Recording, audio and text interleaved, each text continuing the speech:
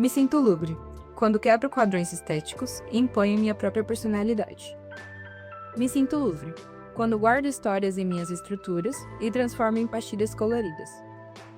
E toda vez que me debruço sobre o adornado guarda-corpo, posso ter uma bela vista. Assim, me sinto Louvre. Entrar no edifício Louvre é como atravessar uma fronteira imaginária entre dois mundos, onde lá fora o mundo incansável se mostra totalmente frenético, com passos acelerados, buzinas, o vai-vem, típico de metrópole.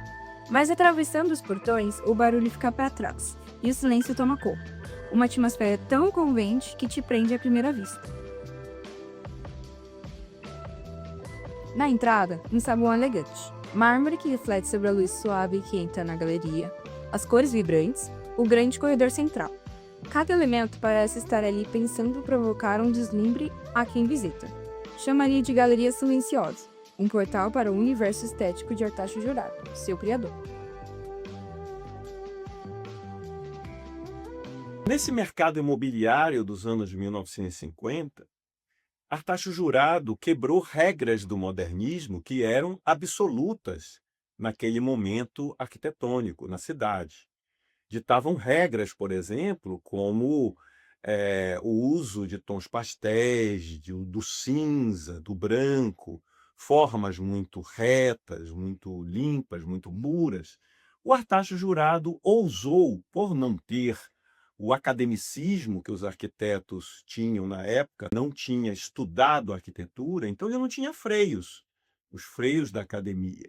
Então ele ousou em cores, por exemplo, ele foi um dos pioneiros que usou, por exemplo, louças sanitárias com cores, que até então eram normalmente brancas, trabalhar com elementos arquitetônicos quase que barrocos, ou seja, com formas inusitadas que buscavam o apelo estético acima de qualquer outra premissa de projeto.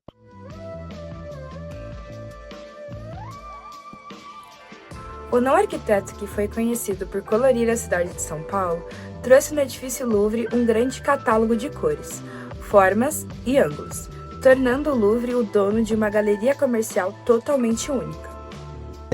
E as galerias, claro, colaboram bastante com essa experiência de fruição do espaço e de experiência do espaço, porque elas acabam gerando também essa possibilidade da experiência do diverso, né? Uma hora você está na calçada, outra hora você está dentro de uma galeria, uma pequena lojinha, tem algumas galerias no centro que são muito características, né? Com essa experiência de disco de vinil, máquinas fotográficas, brinquedos. Então, é muito curioso esse dentro-fora que vai acontecendo por conta das galerias como uma experiência bastante viva e rica no centro.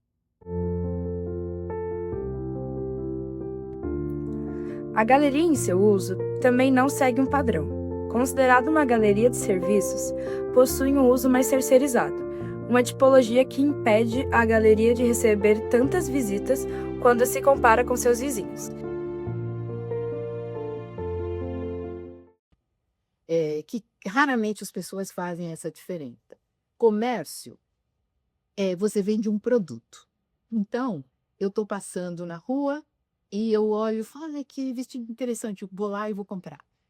Ele vive do impulso, né, e da quantidade de gente que passa por ali que vai se encantar com a vitrina. Então, ele é importante ter uma vitrina, né, e é importante que ele esteja numa localização de fluxo. O serviço, não. O serviço é assim, eu quero ir no dentista. Eu não vou passar e dizer, vou nesse. Eu tenho que ter uma indicação, etc. Então, ele pode estar no segundo andar, no terceiro, no 10º.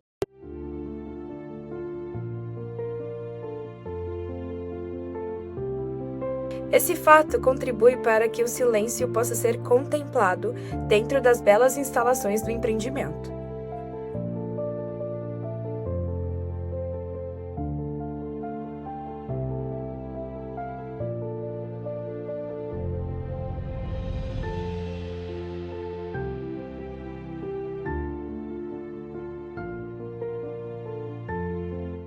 Né? E eu acho que é o seguinte, ninguém gosta, eu não sei, de comércio no térreo.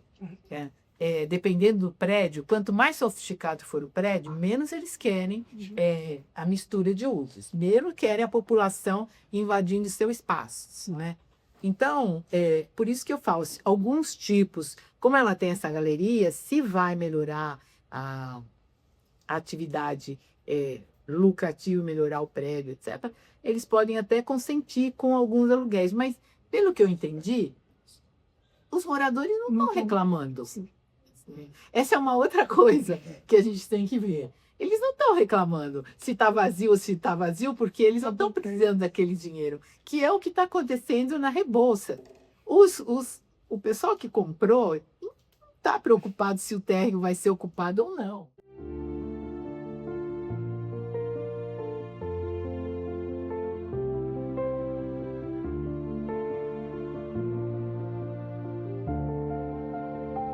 Essa galeria do Louvre tem o quê? Assim, qual que é qual que é a característica dela, assim? Então, sempre que quando a gente passa, acaba virando essa mescla de uma expectativa que ganha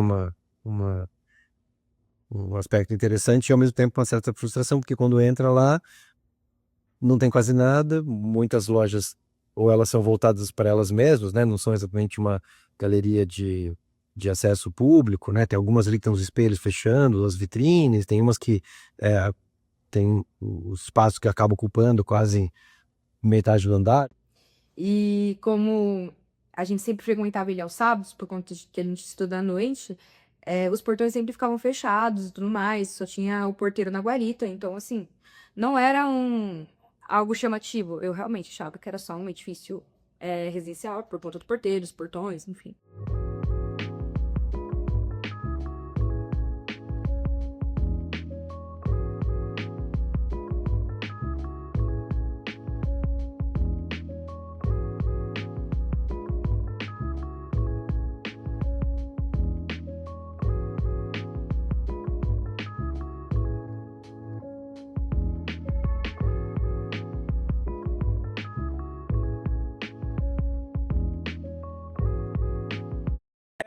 Inclusive, essa intenção do Artacho Jurado de buscar outras referências e não as referências clássicas, né? Não as referências acadêmicas e tudo mais, ele adotou o nome de Edifício Louvre até de uma maneira meio kitsch, de uma apropriação kitsch da arte clássica, porque no próprio Edifício Louvre ele tem algumas referências que remetem ao próprio cinema norte-americano e algumas fontes lúdicas de lembranças dele da infância, como, por exemplo, o Porto de Santos, que lá na galeria você tem a forma do mezanino próximo àquela escada rolante ali, você tem duas colunas que remetem a chaminés de um navio, e os fundos da galeria têm uma escada que parece a proa de um navio.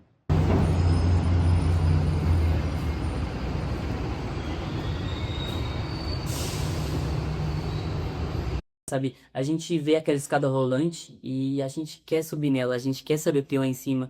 Quando a gente chega lá em cima, a gente tem aquela vista maravilhosa, a gente vê a praça, a gente vê a Galeria Metrópole, a gente vê as pessoas andando na rua, aquelas árvores, aquele fluxo de carros que parece ser besteira, mas quando a gente enxerga, quando a gente vê como a cidade está funcionando, principalmente naquele ponto central, é apaixonante.